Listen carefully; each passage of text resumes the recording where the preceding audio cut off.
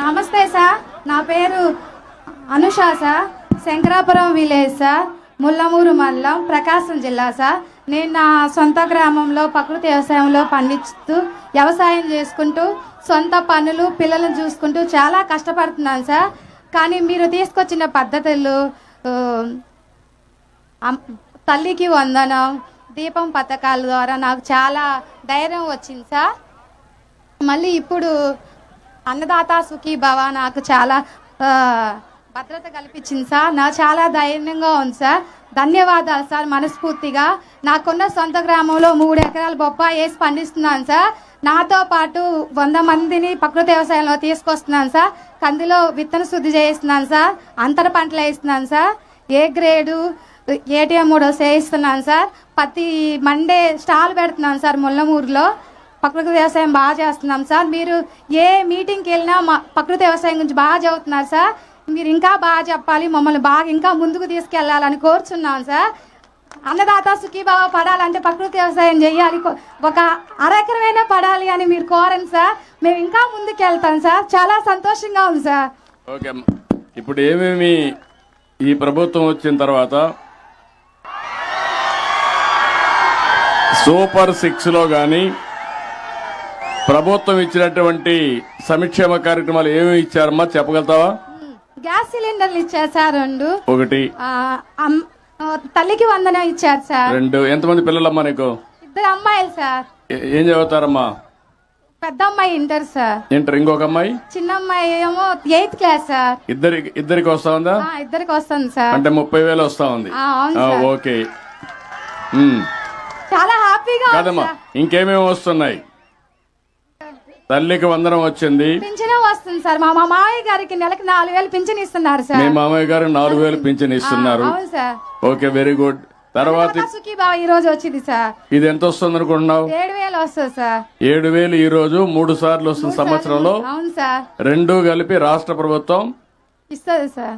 అన్నదాత సుఖీభావ కింద 14,000, కేంద్రం ఇచ్చే 6,000. ఆగస్టు 15 వస్తుంది సార్. ఎంత మొత్తం? ఎంతమ్మా? మొత్తం 20,000 సార్. 20,000 అన్నదాత సుఖీభావలో పిఎం కిసాన్ లో వస్తుంది. అవును సార్. ఆగస్టు 15న మళ్ళీ మీ అందరికి ఫ్రీ బస్. ఎక్కడికి కావాలంటే అక్కడ ఆడవాళ్ళందరూ ఫ్రీగా తిరగచ్చు. ఫ్రీ బస్ సౌకర్యం, స్త్రీ శక్తి. చాలా హ్యాపీ సార్. అదే మాదిరిగా ఇప్పుడు మీకందరికి కూడా అమ్మా బియ్యం కూడా ఇస్తున్నారు కదా, రేషన్ బియ్యం ఇస్తున్నారు కదా. ఇస్తున్నారు సార్. ఇంటి దగ్గరనే ఇస్తాం. కొంతమందికి ముసలి వాళ్ళు ఉన్నా, వికలాంగులున్నా ఇంటి దగ్గరనే ఇస్తున్నాం కదా. అవును సార్. పింఛన్ ఇంటి దగ్గరనే ఇస్తున్నాం కదా. ఇస్తున్నారు సార్. 1వ తేదీ ముందే ఇస్తున్నారు సార్. ఒక్కోసారి హాలిడే ఉంటే ఒకటేసారి ముందు ఇస్తాం, లేకపోతే మొదటి తారీఖున ఇస్తున్నారు సార్. పేదల సేవలో తప్పకుండా మీ దగ్గరికి అందరూ వస్తారు. వస్తున్నారా? వస్తున్నారు. ఇంత మునిపు ఎప్పుడన్నా వచ్చారే? మరిగా రాలేదు సార్. ఇంత ఎండలో కూర్చొని ఎప్పుడన్నా రైతుల కోసం ఆలోచించారా? ఆలోచించలేదు సార్. అది డిఫరెన్స్ ఈ ప్రభుత్వానికి, గడిచిన ప్రభుత్వానికి. చాలా హ్యాపీ సార్. కాబట్టి మీలో మార్పు రావాలి, మీలో కూడా ఆలోచించాలి. ఏ ప్రభుత్వం మీకోసం పనిచేస్తుంది, ఏ ప్రభుత్వం వాళ్ళ కోసం పనిచేసుకున్నారో ఒకసారి ఆలోచిస్తే మీ అందరికి స్పష్టత వస్తుంది. ఆ అమ్మాయి చెప్పింది నిజమనుకుంటే గట్టిగా చప్పట్లు కూడా చెప్పండి వాస్తవని. ఇక్కడ ఉండే ప్రతి ఒక్కరికి కూడా మీకు కూడా వస్తున్నాయి కదా, ఇవన్నీ వస్తున్నాయని చేలు పైకెత్తండి. ఇది మంచి ప్రభుత్వం అవునా కాదా? అవునంటే గట్టిగా చప్పట్లు కూడా చెప్పండి అవునని. ఇవన్నీ శాశ్వతంగా మీకు రావాలన్నా అవసరం లేదా? రావాలంటే ఏం చేయాలి? మళ్ళీ మళ్ళీ ఎన్డీఏనే గెలవాలి, తెలుగుదేశం పార్టీ ఉండాలి, అవునా కాదా? మళ్ళా అప్పుడప్పుడు మరిచిపోతా ఉంటారు మీరు. మరిచిపోయినప్పుడు మళ్ళీ అఘాతంలోకి వెళ్ళిపోతా ఉంటాం. Okay, very good. తర్వాత అమ్మా. హలో హలో నెక్స్ట్ తమ్ముడు మాట్లాడు. హలో హలో సార్, నా పేరు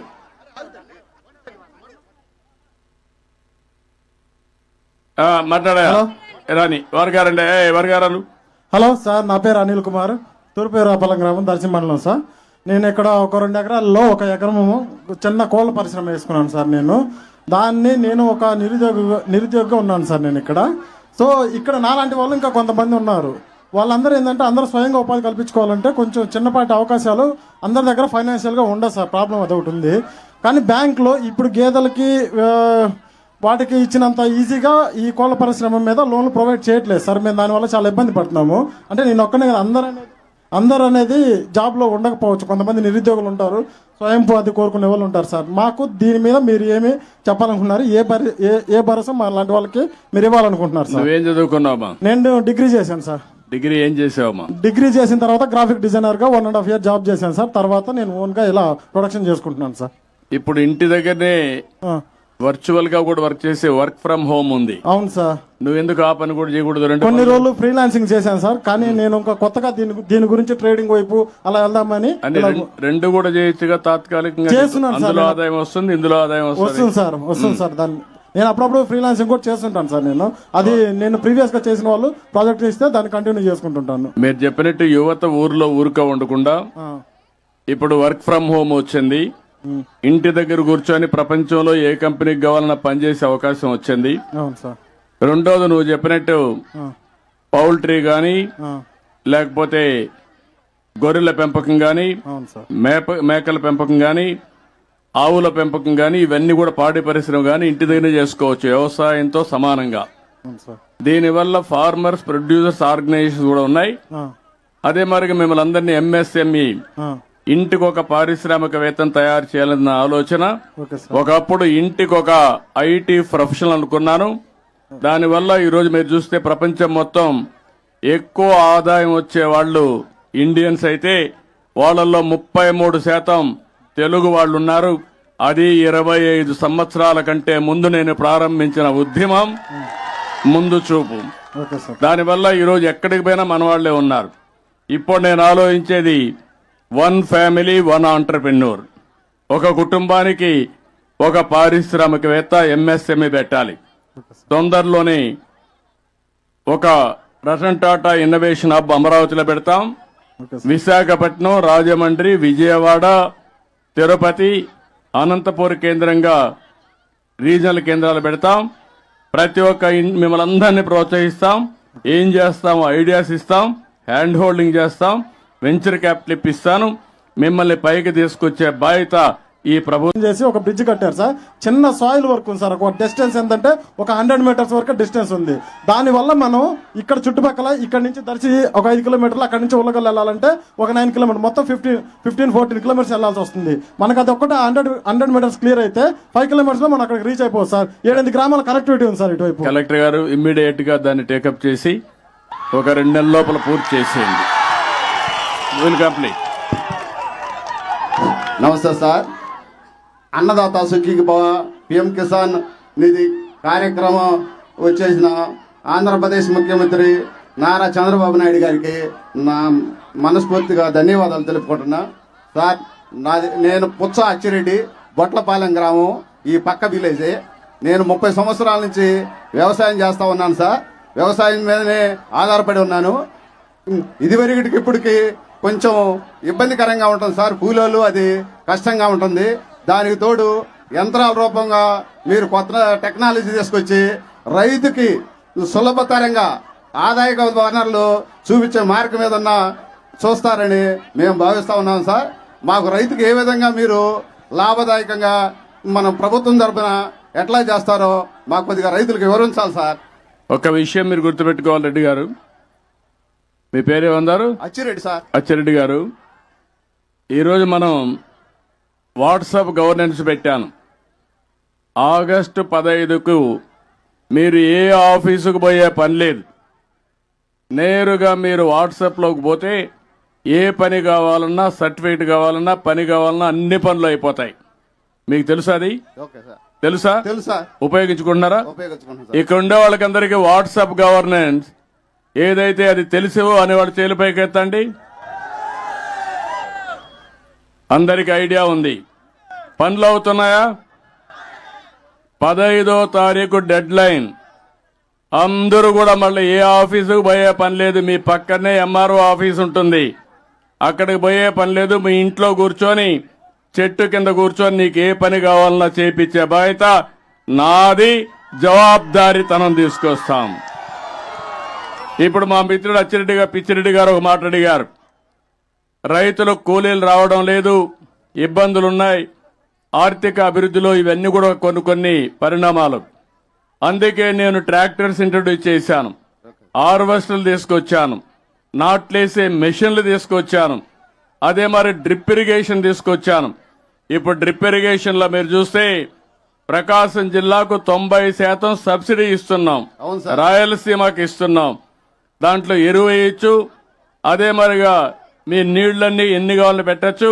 నీకు ఏ బాధ లేకుండా మీ సెల్ ఫోన్లోనే ఇంటి దగ్గర కూర్చొని ఎప్పుడు డ్రిప్ ఆన్ చేయాలి, ఎప్పుడు డ్రిప్ ఆఫ్ చేయాలో అది కూడా చేసే అవకాశం వచ్చేసింది. ఆటోమేషన్ వచ్చేసింది. ఇది కాకుండా ఇప్పుడు డ్రోన్లు తీసుకొస్తున్నా. ఆ డ్రోన్లో తెల్లవారితో నువ్వు మీ పొలం దగ్గరికి పోతావు, ఒక ఫోటో నేను ఆ యాప్ మీకు ఇచ్చాను. ఆ యాప్లో మీరు చూసుకుంటే మీ పొలంలో తెగులుందా లేదా నీకు తెలిసిపోతుంది. తెగులుంది అనుకుంటే ఒక్క ఫోన్లు కొడితే డ్రోన్ వస్తుంది. ఎక్కడ తెగులుంటే ఎక్కడ క్రిమి సంహారక మందేయాలనో అక్కడనే వేస్తాం. ఎక్కడ మొత్తం పంటకేయం.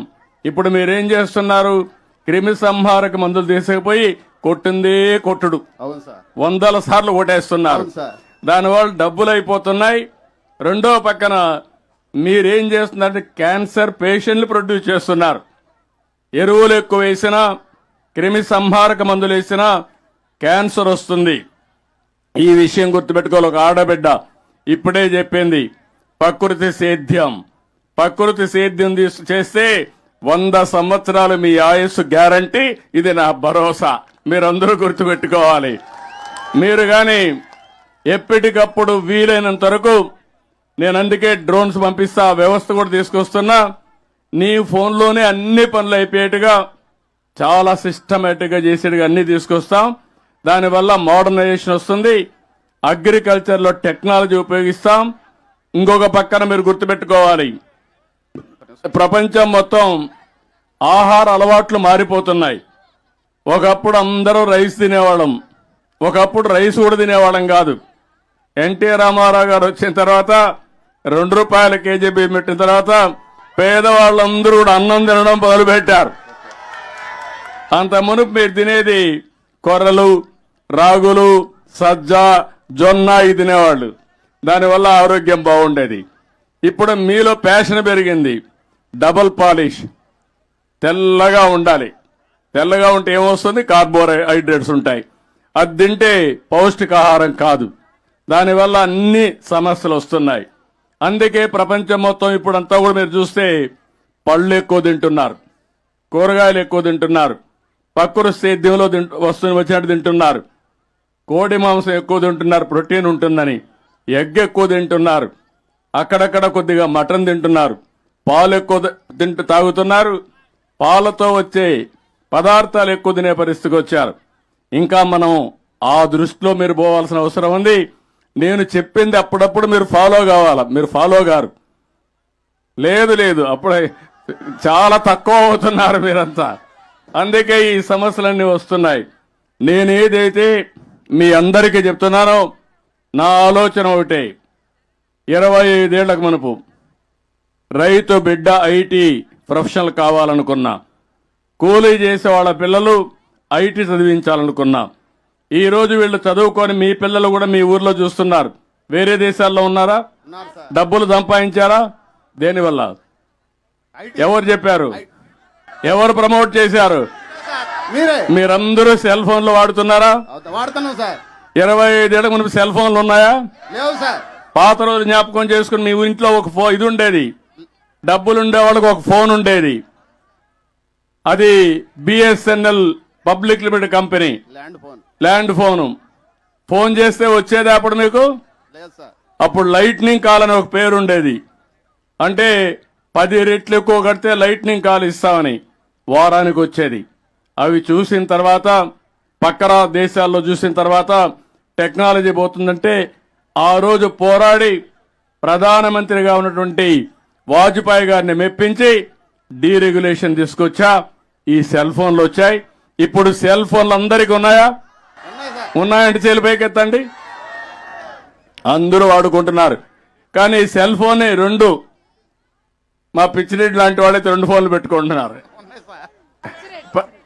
అచ్చిరెడ్డి గారు లాంటి వాళ్ళు అందరూ ఒక విధంగా ఫ్రెండ్స్ ఒకటి పెట్టుకుంటారు, ఫ్యామిలీ మెంబర్స్ ఒకటి మాట్లాడుతూ ఉంటారు. అవసరం అయితే ఇప్పుడు అంతా కూడా ఎక్కువగా తెలివి ఎక్కువ సిగ్నల్ యాప్ లేకపోతే ఫేస్ టైం, మామూలు ఫోన్లో కూడా మాట్లాడడం లేదు. నేను అందుకనే మీ అందరినీ కోరుతున్నా, మీ ఫోన్లో ఉండే అన్ని విషయాలు ఉపయోగించుకోవడానికి మీరు తక్కువ ఉపయోగించుకుంటున్నారు. ఫోన్లో లైట్ ఉందా? ఉందా లేదా? GPS ఉందా? మీరు ఎక్కడ తిరుగుతున్నారో నేను చూడొచ్చు అమరావతిలో. అంటే ఎక్కడికి పోతున్నామో చూసే వ్యవస్థ వచ్చింది. అదే మరి వాట్సాప్ ఉందా? అదే మరి యాప్లు ఉన్నాయా? మీరు ఒక యాప్ పెట్టి మీ ఇంటికాడ ఇప్పుడు ఏసీ కావాలా, బాగా ఎండలో ఉన్నాం, ఈ ఎండ వల్ల ఒక లాభం కూడా ఉంది. చాలా రోజుగా మనం ఎండలో కూర్చోవడం మర్చిపోయాం. డి విటమిన్ టాబ్లెట్లు తీసుకుంటున్నాం. ఇప్పుడు ఎండ వల్ల డి విటమిన్ వస్తుంది. డి విటమిన్ వల్ల చాలా లాభాలు వస్తాయి, అది వేరే విషయం. ఇప్పుడు ఇక్కడ యాప్ ఉంటే నేరుగా మీ ఇంటికి పోయే లోపల ఏసీ వేసి రూమ్ ఏ టెంపరేచర్లో ఉండాలో ఆ టెంపరేచర్లో పెట్టి నువ్వు ఇంటికి పోయేదాకా రెస్ట్ తీసుకోవచ్చు. ఊహించారా మీరు ఇవన్నీ? దీన్ని అమలు చేయాలనా లేదా, ఆలోచించాలనా లేదా? నేను అందుకనే మీకు చెప్తున్నా అచ్చిరెడ్డి గారు, నేను మీ సెల్ ఫోన్ ద్వారా మీ వ్యవసాయం చేయించే విధంగా, అన్ని సమస్యలకు పరిష్కారం చేయించే విధంగా తీసుకొచ్చే బాధ్యత నాది, ఉపయోగించుకునే బాధ్యత మీదని మరొక్కసారి మీ అందరికీ విజ్ఞప్తి చేస్తున్నా. I will do it.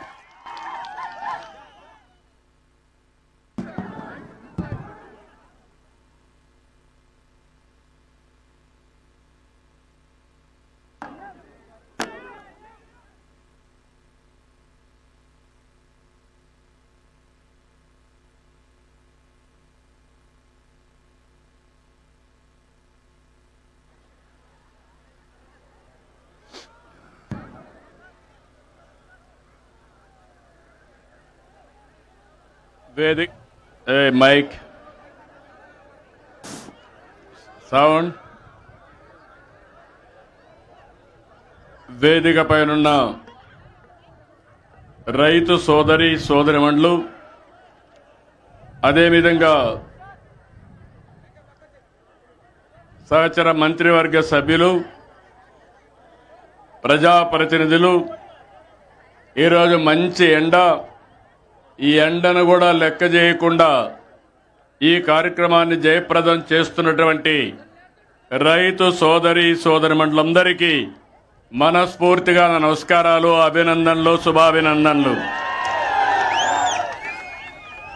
వీరాయపాళెం, Darsi మండలం, ప్రకాశం జిల్లా ఒక చరిత్ర, మళ్ళా చరిత్ర అనే ఉంటే దాంట్లో రాయదగ్గ చరిత్ర ఈ వీరాయపాళెం చరిత్ర అని చెప్పి కూడా నేను మీకు తెలియజేస్తున్నా.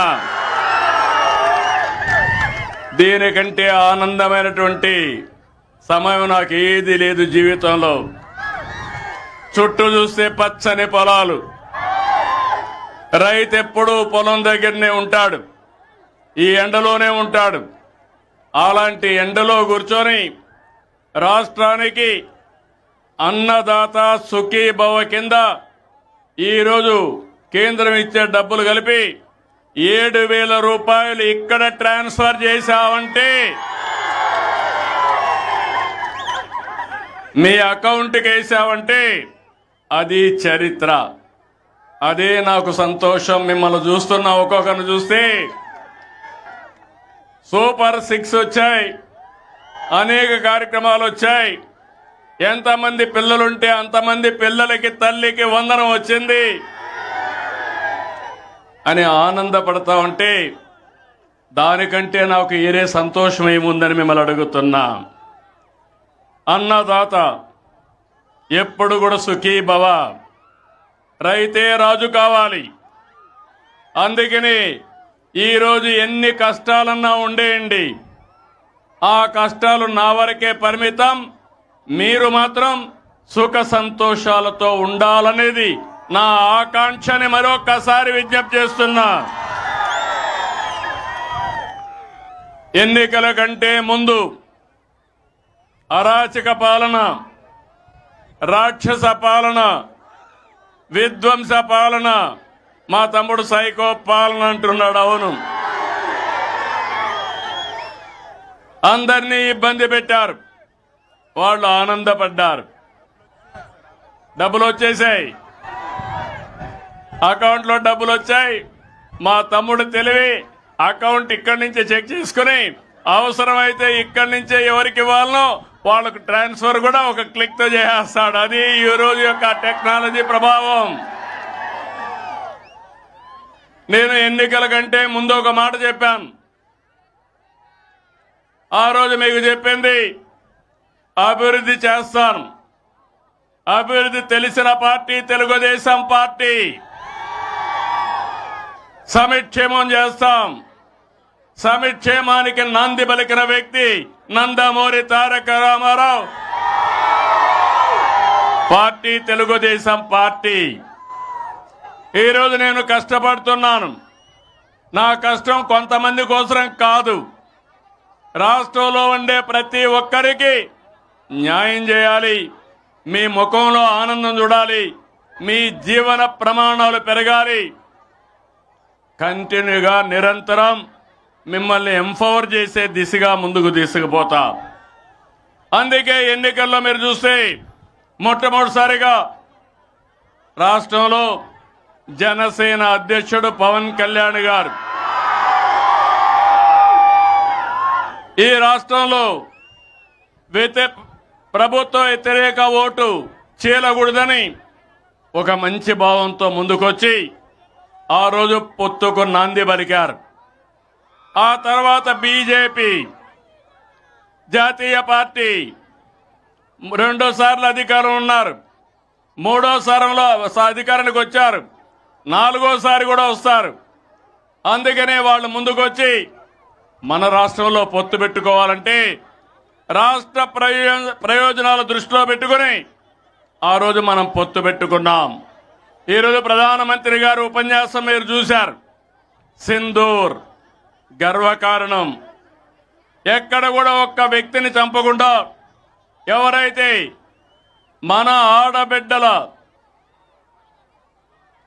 బొట్టు చెరిచేశారో అలాంటి టెర్రరిస్టుల్ని అంతం చేసిన పార్టీ ఎన్డీఏ, అంతం చేసిన వ్యక్తి నరేంద్ర మోడీ గారని చెప్పి మరొకసారి విజ్ఞప్తి చేస్తున్నారు. అయితే ఆ రోజు ఒక మాట చెప్పాను. నేను సూపర్ 6 అని తీసుకొచ్చాను. కార్యకర్తలు ఇంటింటికి వచ్చారు, ఏం చేస్తామో చెప్పారు. అయితే గత ప్రభుత్వం ఆర్థిక విధ్వంసం చేసింది, చాలా సమస్యలు వచ్చాయి.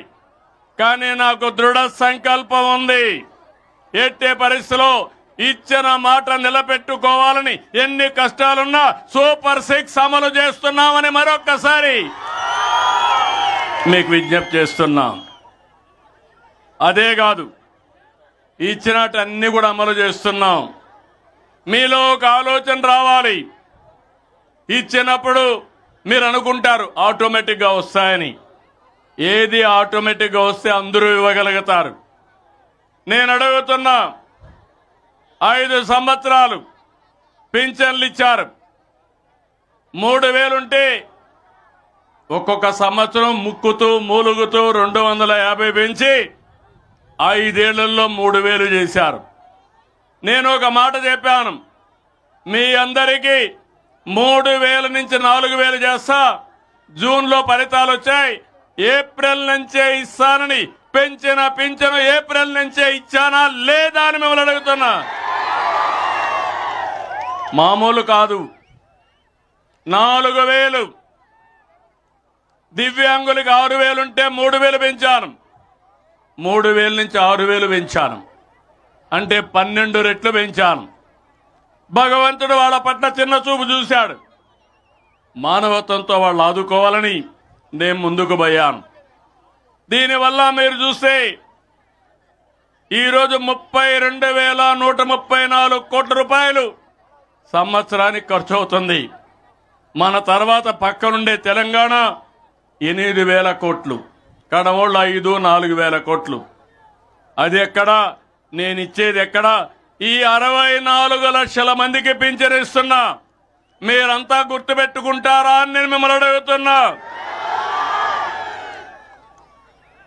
4,000, 6,000 కిడ్నీ పేషెంట్లుంటే డయాలసిస్ చేసుకుంటే 10,000 బెడ్కి పరిమితమైతే వాళ్ళ ఇంట్లో వాళ్ళకి సేవ చేయాల్సి వస్తే 15,000 జీతంతో సమానంగా మీకు ఇస్తున్నానా లేదా అని మిమ్మల్ని అడుగుతున్నా. నేను డబ్బులు లెక్క పెట్టుకోవాలా, మానవత్వంతో చూస్తున్నా. ఈ విషయం మీరు గుర్తుపెట్టుకోవాలి. ఇంకో పక్కన ఎవరైనా భర్త చనిపోతే వితంతువుకు పెన్షన్ ఇవ్వకుండా ఎగ్గొట్టారు. నేను ఒకటే చెప్పాను, పాతవన్నీ క్లియర్ చేశా. మొన్నే 1,10,000 పింఛన్లు, నెలకు 44 కోట్ల రూపాయలు ఖర్చు, సంవత్సరానికి 520 కోట్లు ఖర్చు. అయినా పర్వాలేదు, నా పేదవాడి ముఖంలో ఆనందాన్ని చూడాలని ఆ పింఛన్లు ఇచ్చాను. ఇంత మునుపు 1 నెల తీసుకోకపోతే 2వ నెల ఎగ్గొట్టేవాళ్ళు. 2 నెలలు తీసుకోకపోతే వచ్చేదే కాదు. ఇప్పుడు 3 నెలలు ఎక్కడైనా ఉండండి. ఆ రోజు వాలంటీర్ వస్తేనే మీకు పింఛను. ఇప్పుడు నువ్వు బంధువుల ఇంటికి పోయినా నేను ఇస్తా, అక్కడే ఇస్తా. నరేగా పనులు చేసినా అక్కడ ఇస్తా, హాస్పిటల్లో ఉన్నా అక్కడ ఇస్తా. మీరెక్కడున్నా అక్కడ ఎత్తుక్కుంటూ వచ్చి మీ పింఛను నెలకు 1వ తారీఖునిచ్చే బాధ్యత నాది. ఏం తమ్ముళ్ళు, ఆనందమా? అయితే ఇంత చేసిన ప్రభుత్వాలను మర్చిపోతారా మీరు? తప్పుడు ప్రచారం నమ్మతారా మీరు అడుగుతున్నా. మొన్నే తల్లికి వందనం అప్పుడు చెప్పారు, ఎంతమంది పిల్లలుంటే అంతమంది పిల్లలకి ఇస్తామని చెప్పారా లేదా? అప్పుడు ఇచ్చారా? అప్పుడు ఒకరికే ఇచ్చారా లేదా? నేను చెప్పా, ఎంతమంది పిల్లలుంటే అంతమంది పిల్లలకి ఇస్తామని. ఒక్కొక్క కుటుంబంలో 2, 3, 4, 5, 6, 7, 8 మంది పిల్లలున్నా ఇచ్చిన పార్టీ తెలుగుదేశం పార్టీ, ఎన్డీఏ. వచ్చాయా లేదా? ఇచ్చామా లేదా? ఆనందం అవునా కాదా? వ్యత్యాసం ఉందా లేదా? ఇంకొక పక్క దీపం 2, దీపం నేనే పెట్టా మీకు. ఎప్పుడో ఇచ్చా, అన్నను మర్చిపోయారు. దీపం పెట్టిన అన్నను మర్చిపోయారు. అప్పుడప్పుడు మర్చిపోతారు. కొత్త పిచ్చిగాళ్ళు వస్తే ఏదో మాయ మాటలు చెప్తే ఓసారి ఏమరపాటు వస్తుంది, ఆశపడతారు. ఉన్న 4కి మందే, కొండ 4కి మందేస్తే ఉన్న 4 పోయినట్టు మీరు చేసిన పనికి మీ భవిష్యత్తే అంధకారం అయ్యే పరిస్థితి వచ్చింది. అందుకే ఈరోజు 3 సిలిండర్లు, 2,700 కోట్లు ఖర్చు. మా ఆడబిడ్డ వంట సుజావుగా చేయాలని ఈరోజు వంట గ్యాస్ ఉచితంగా ఇచ్చానంటే అది మా పట్టుదల, మీ మీద ఉండే ప్రేమ. ఇంకో పక్క ఈరోజే ఇంకొక పెద్ద కార్యక్రమం. రేపు 15 హుషారుగా ఉండండి అందరూ ఆడబిడ్డలు. స్త్రీ శక్తి డాక్రా సంఘాలు పెట్టింది నేనే, అవునా కాదా? అయితే ఆ రోజు మిమ్మల్ని డాక్రా సంఘాలు పెట్టి ఈరోజు ప్రధానమంత్రి గారు మాట్లాడినట్టు లక్షాధికారులు చేసే కార్యక్రమం, డ్రోన్స్ కూడా మీకు ఇచ్చే కార్యక్రమానికి గవర్నమెంట్ ఆఫ్ ఇండియా కూడా శ్రీకారం చుట్టారు. 15 నుంచి మా ఆడబిడ్డలు ఎక్కడికి పోవాలన్నా స్త్రీ శక్తి కింద ఉచిత ప్రయాణ సౌకర్యం మీ అన్న మీకు ఇస్తాడని మా ఆడబిడ్డలందరికీ హామీ ఇస్తున్నా. దీనివల్ల 2,62,00,000 మంది బాగుపడతారు. కనీసం రోజుకొక్కసారి నన్ను గుర్తుపెట్టుకుంటారని అడుగుతున్నా మిమ్మల్ని. మీ పెద్దలు ఇచ్చిన ఆస్తి కంటే నేను నెలవారీగా మీకు చేసే సహాయం రొట్టింపులో 3 రెట్లు అవునా కాదా? అదే మరిగా అన్నా క్యాంటీన్ పెట్టాం. అన్నా క్యాంటీన్ పెట్టి ఏమ్మా 5 రూపాయలకే భోజనం పెడుతున్నావా లేదా? అలాంటి క్యాంటీన్ని మూసేశాడా లేదా? ఇది విధ్వంసం అవునా కాదా? పేదవాడికి అన్నం పెడితే తప్ప అని మిమ్మల్ని అడుగుతున్నా. అన్నం పెట్టడం మన సాంప్రదాయం అవునా కాదా అని మిమ్మల్ని అడుగుతున్నా. అలాంటి విధ్వంసానికి పలువడి మిమ్మల్ని అందరినీ కూడా చాలా ఇది చేసే పరిస్థితికి వచ్చారు. అదే సమయంలో ఈరోజు ఇంకొక పక్క మీరు చూస్తే ఎన్నికల ముందు రైతుకు చెప్పిన మాట నిలబెట్టుకున్నాం. ఒక విషయం మీ అందరికీ విజ్ఞప్తి చేస్తున్నాం. పంటలు పండినా పండకపోయినా లాభం వచ్చినా రాకున్నా తుఫాన్లు వచ్చినా నష్టపోయినా ఏ రైతు వ్యవసాయం చేయడం మానడు. నిద్ర లేసి ఇంటి దగ్గర నుంచి పొలానికి పోంది అతనికి మళ్ళీ నిద్ర పడదు.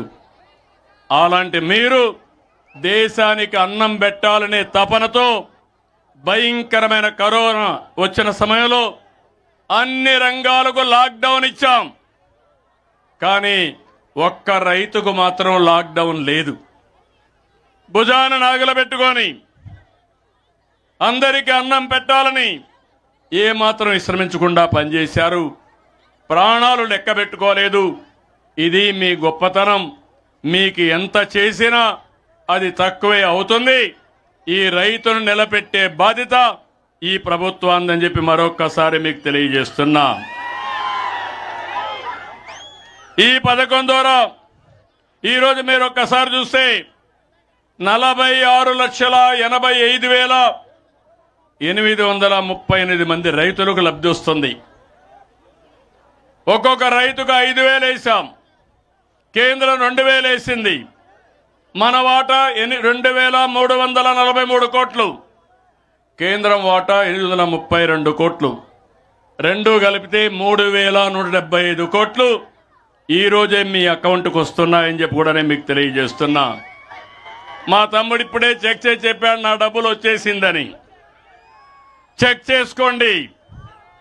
ఎక్కడన్నా ఇబ్బంది ఉంటే సుఖీభవ పోర్టల్లోని ఆర్ఎస్కే లాగిన్ అయి మీరు చూడవచ్చు. సందేహాలుంటే 155251 టోల్ ఫ్రీ నెంబర్ ఇచ్చాం. అందుకు కాల్ చేసే అవకాశం ఉంటుంది. ఈ దర్శి మండలంలో 10,972 మందికి 7,36,00,000 ఇస్తున్నాం. వీరాయపాలెంలో 476 మందికి 31 లక్షలు మీ అకౌంట్లో పడ్డాయి. దాన్ని డ్రా చేసుకునే బాధ్యత మీదని మీకు తెలియజేస్తున్నా. ఈరోజు ఇంకొక పక్కన మీరు చూస్తే వ్యవసాయాన్ని మళ్ళీ గాడిన పెట్టడానికి అనేక కార్యక్రమాలు తీసుకున్నాం. ఈరోజు మొత్తం పొలం పిలుస్తుంది. 15,242 గ్రామాల్లో సమస్యలన్నీ పరిష్కారం చేశాం. నేను డ్రిప్ ఇరిగేషన్ ఇచ్చాను. ఆ తర్వాత వైఎస్ఆర్ కాంగ్రెస్ పార్టీ వచ్చి డ్రిప్ను రద్దు చేశారు. నేను ఆ రోజు ఆలోచించాను, రాయలసీమ కరువు సీమ ప్రకాశం జిల్లా కూడా వర్షాభావం ఎప్పుడు ఉంటుంది, వర్షాలు పడడం లేదు. అందుకే ఈ రెంట్కి 90% సబ్సిడీ ఇవ్వాలని నిర్ణయించా. ఎస్సీ ఎస్టీలకు 100% ఇచ్చా. మిగిలిన ప్రాంతాలకి 70% ఇచ్చా. మొన్ననే పోయిన సంవత్సరం 1,17,880 ఎకరాలకు కొత్తగా డ్రిప్ ఇరిగేషన్ ఇచ్చా. నేను గర్వంగా చెప్పగలుగుతున్నా, దేశంలో డ్రిప్ ఇరిగేషన్ ప్రారంభించింది నేనే, ఆ రిపోర్ట్ ఇచ్చింది నేనే. ఆంధ్రప్రదేశ్ నెంబర్ 1 రాష్ట్రం ఇప్పుడు కూడా. దీనివల్ల చాలా సమస్యలు పరిష్కారమైనాయి. నేను ఒకటి ఆలోచించాను, ఆంధ్రప్రదేశ్ రాష్ట్రంలో వరి పండిస్తే మనకు సమస్యలు వస్తున్నాయి, ధాన్యానికి గిట్టుబాటు ధర లేదు. ఇంకో పక్క పొగాకు పండిస్తే పొగాకు హానికరమని కొనేవాళ్ళు లేరు. అందరూ శనగలే పండిస్తే మార్కెట్ లేదు. అందుకే ఈరోజు నేను ఆలోచించింది, రాయలసీమ హార్టికల్చర్ వేయాలి, కోస్టల్ ఆంధ్రప్రదేశ్ అక్వాకల్చర్ వేయాలి, మిగిలిన ప్రాంతాలు వాణిజ్య పంటలతో ముందుకు పోవాలి.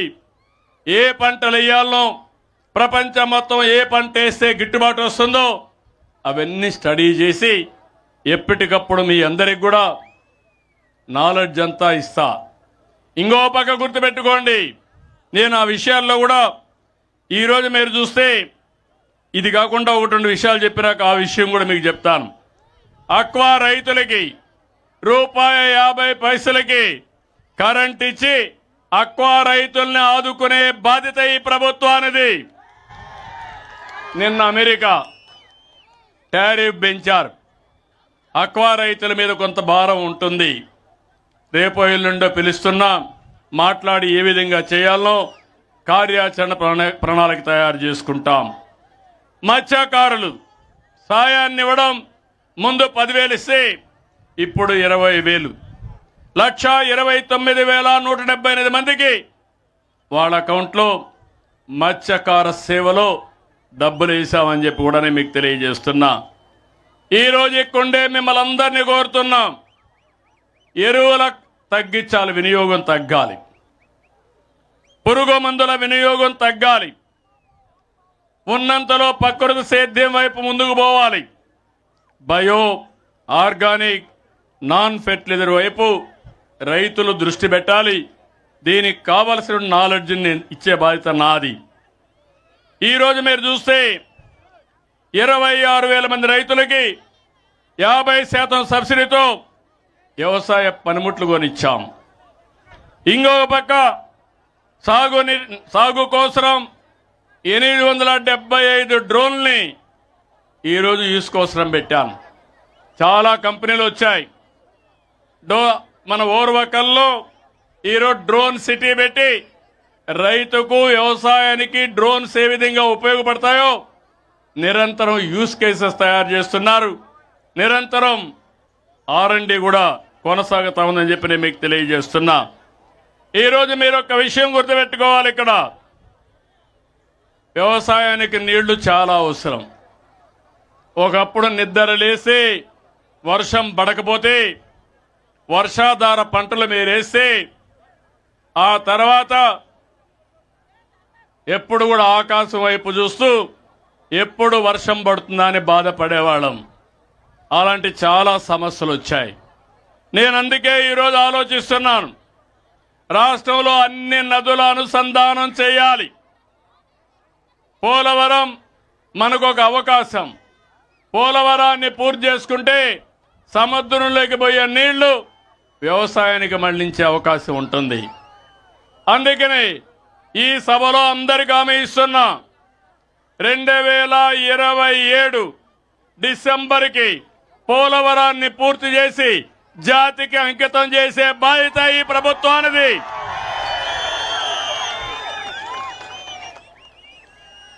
సుమారు 7-8 సంవత్సరాల కంటే ముందు నేను ఆ రోజు పట్టిసీమ లిఫ్ట్ ఇరిగేషన్ తీసుకొచ్చాను.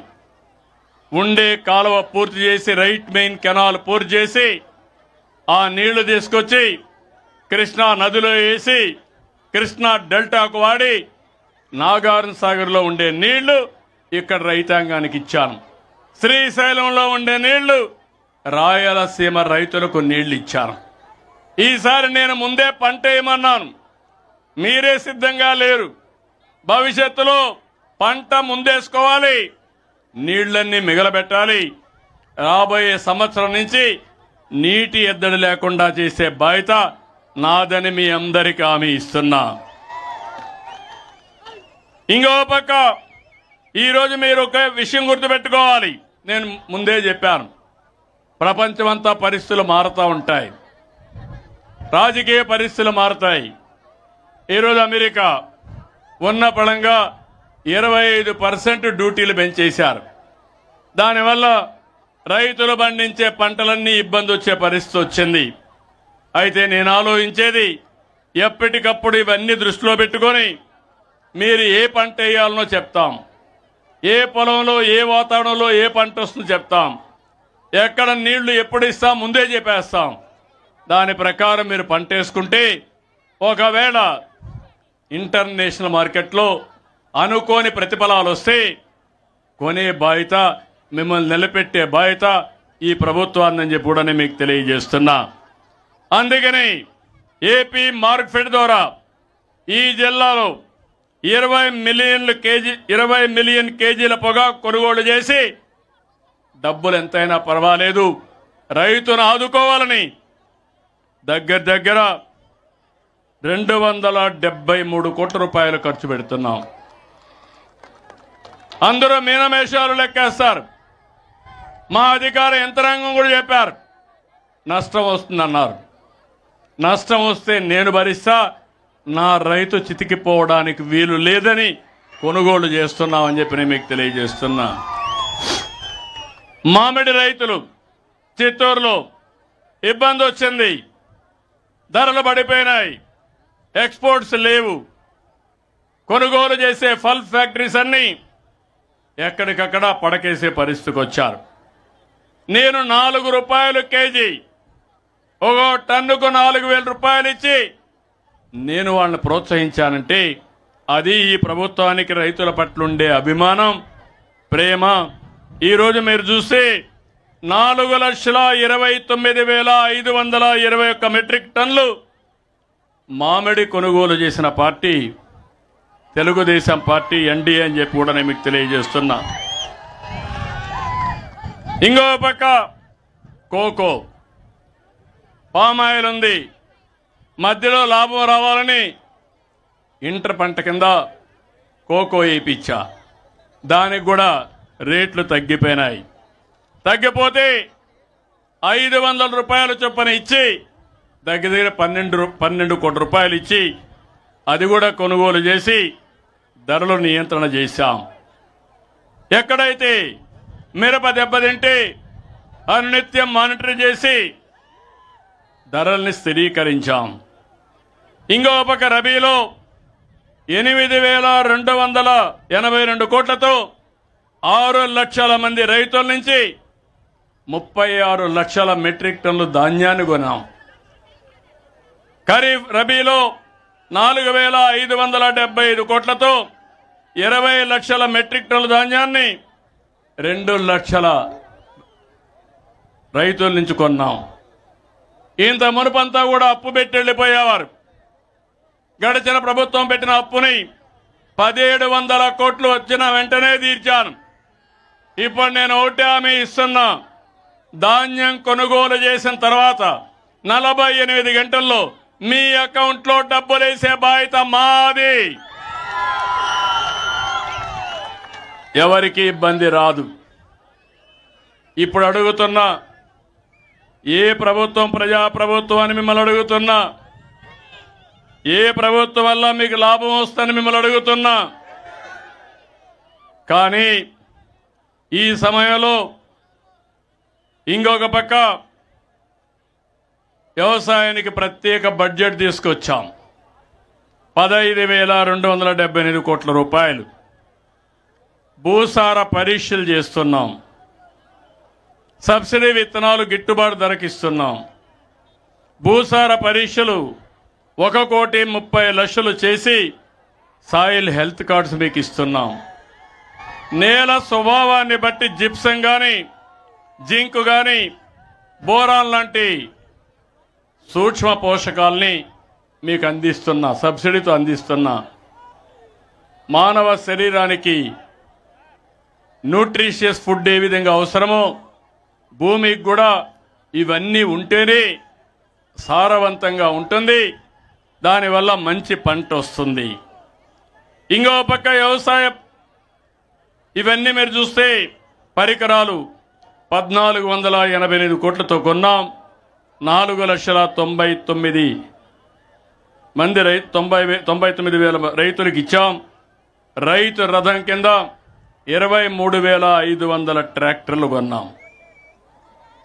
నేను ఇప్పుడు మిమ్మల్ని అందరినీ కోరుతున్నా, అన్ని ఇరిగేషన్ ప్రాజెక్టులో ఈసారి మేము చేసింది మీరు చూస్తే, మనకు వర్షాలు పడలేదు, పైన వర్షాలు పడ్డాయి. ముందు చూపుతో అన్ని రిజర్వాయర్లకు నీళ్లు వదిలిపెట్టారు.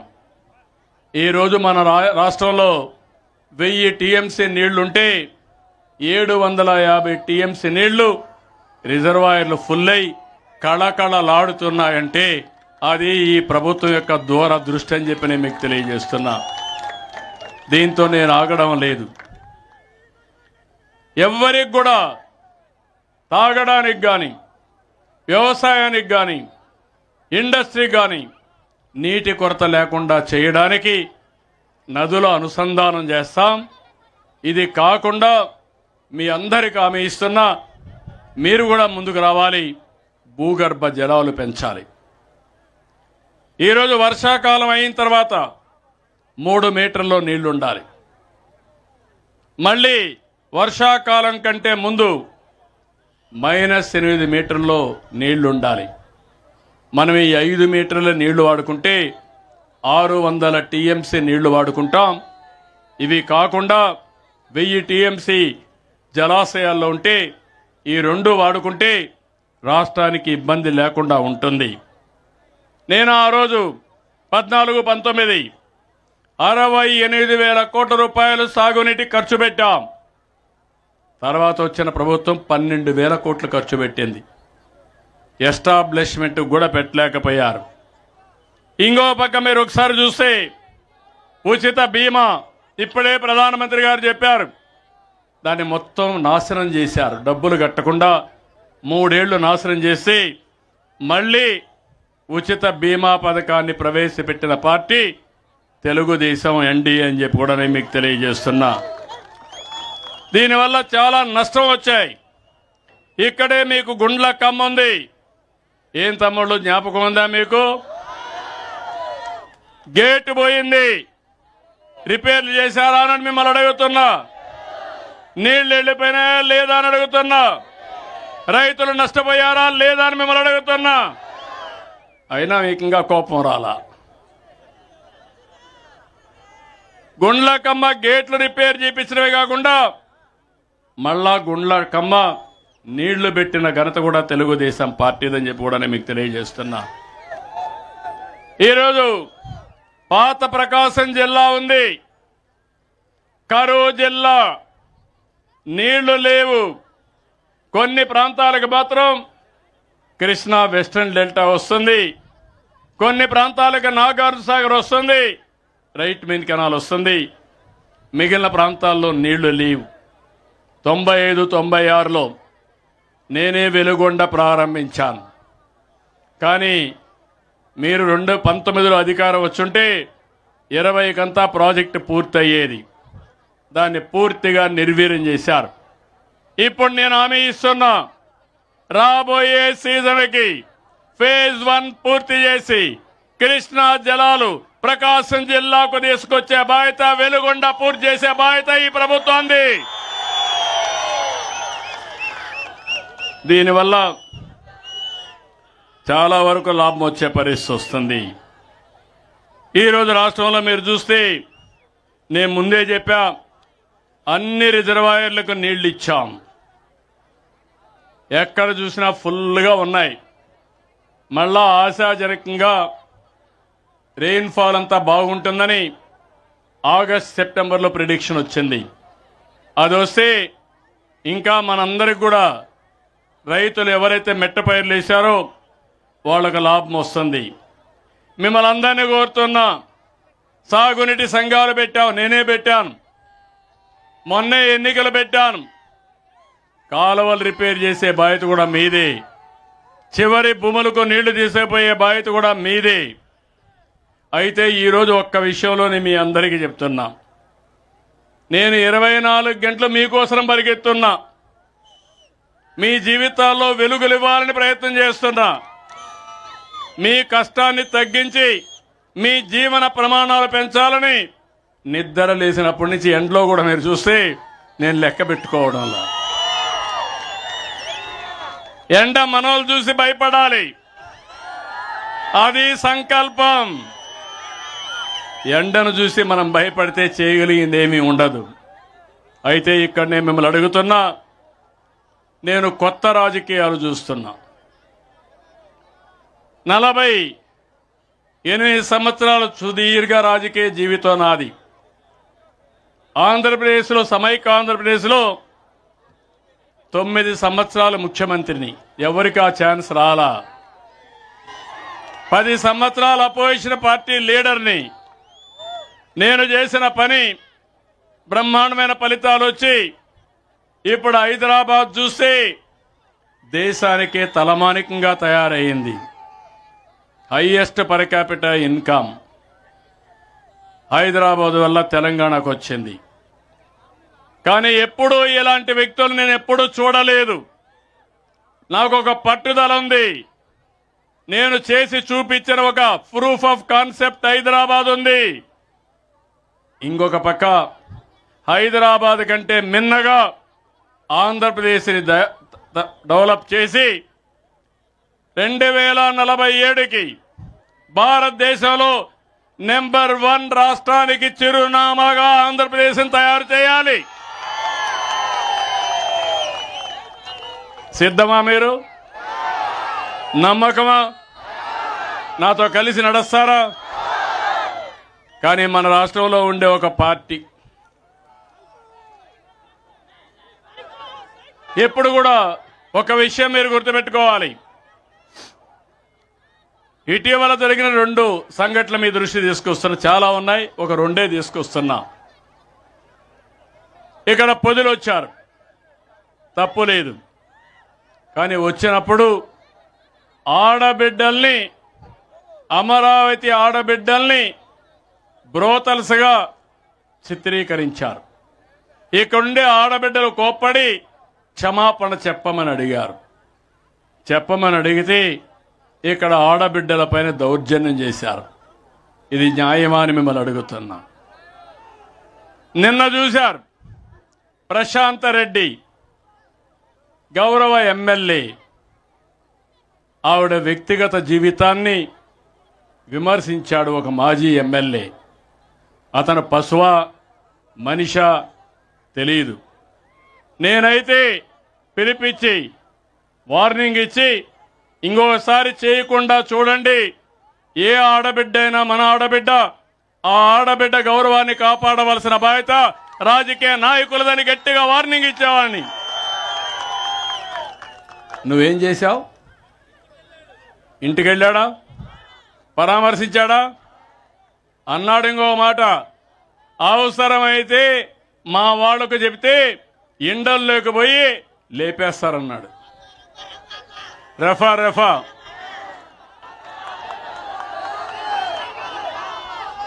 ఒకసారి ఆమారా, నేనే ముఖ్యమంత్రి, బాబాయ్ గుండెపోటు సాక్షి టీవీ బ్రాడ్కాస్ట్ చేశారు. నేనే ఎంపయ్యా. యామారిన దానికి నెక్స్ట్ డే నా చేతిలో కత్తి పెట్టి నారాసుర రక్త చరిత్ర సాక్షి పేపర్లో వేసి రాజకీయ విన్యాసం. నిన్న మీరు చూశారు, గుంటూరులో వాళ్ళ కార్యకర్తే వచ్చాడు, ట్రాక్టర్ కింద వాళ్ళ కారు కింద పడ్డాడు. ఏం చేయాలి? మీరైతే ఏం చేస్తారు? అతన్ని కాపాడతారా లేదా?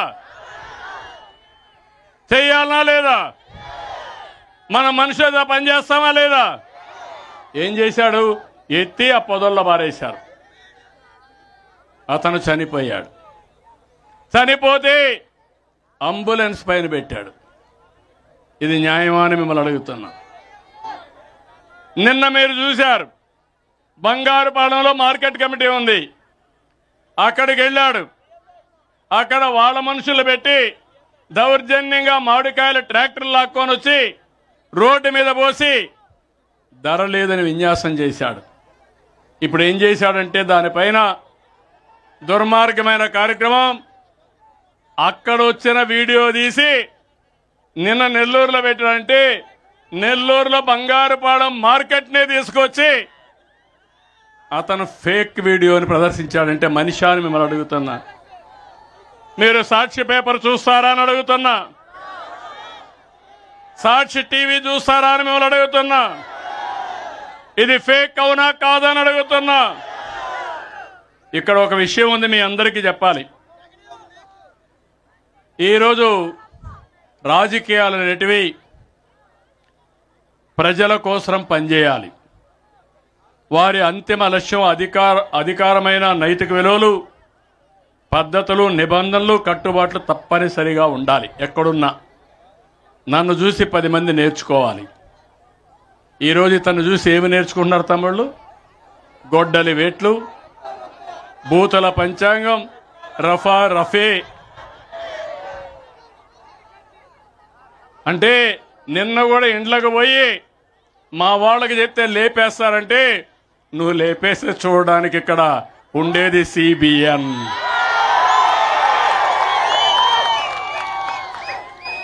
గౌరవించా, ఎంతో మంది వ్యక్తులను చూసా.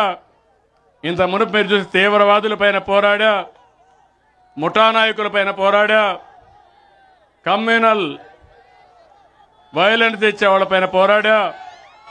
పేదవాళ్ళ ప్రాణాలు కాపాడడానికి, మీ ఆస్తులు కాపాడడానికి నేను చేశా. ఇప్పుడు సాక్షాత్తు ఇలాంటి నేరస్తులు రాజకీయాల ముసుగులో వస్తున్నారు. ఇప్పుడు నేను ముందు నేరస్తుల రాజకీయ ముసుగు తీసి నేరస్తుల్ని నేరస్తులుగానే పరిగణించాలి. అవునా కాదా అని మిమ్మల్ని అడుగుతున్నా. చేయమంటారా లేదా అని మిమ్మల్ని అడుగుతున్నా.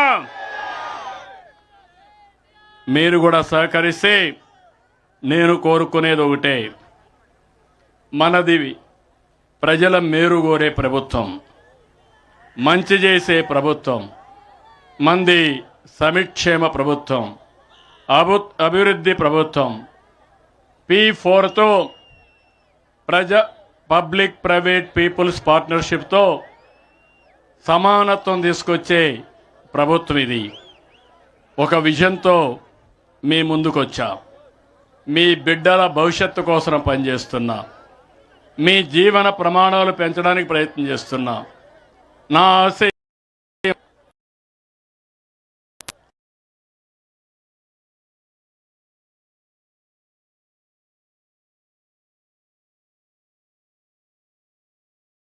భవిష్యత్తు కోసం పనిచేస్తున్నా. మీ జీవన ప్రమాణాలు పెంచడానికి ప్రయత్నం చేస్తున్నా. నా ఆశయం ఒకటే, హెల్తీ అంటే ఆరోగ్యం, వెల్తీ అంటే ఆదాయం పర్వాలేదు. అర్హులు ఎక్కడుంటే అక్కడ నేనుంటా, మీకు అండగా ఉంటా, మీ జీవితానికి తోడుగా ఉంటా. రాబోయే రోజుల్లో మీ సమస్యలు పూర్తిగా పరిష్కారం చేసి ముందుకు తీసుకుపోయే బాధ్యత మాది. ఆశీర్వదించమని మిమ్మల్ని అందరినీ కోరుకుంటూ ఇది నిరంతరం కొనసాగించాలి. ఈరోజు మన అచ్చెన్నాయుడికి ఒక చిన్న డౌట్ వచ్చింది. పర్వాలేదు, నేను చంద్రన్ ఉన్నంత వరకు భరోసా ఉండదని కాదు, భరోసా ఉంటుంది. అన్ని రకాలుగా భరోసా ఇస్తా. ఆరోగ్య భరోసా, ఆర్థిక భరోసా, భద్రత భరోసా, కుటుంబ భరోసా, అన్ని భరోసాలు ఇచ్చే బాధ్యత నాదని మరొక్కసారి హామీ ఇస్తూ సెలవు తీసుకుంటున్నా. జై హింద్, జై జన్మభూమి.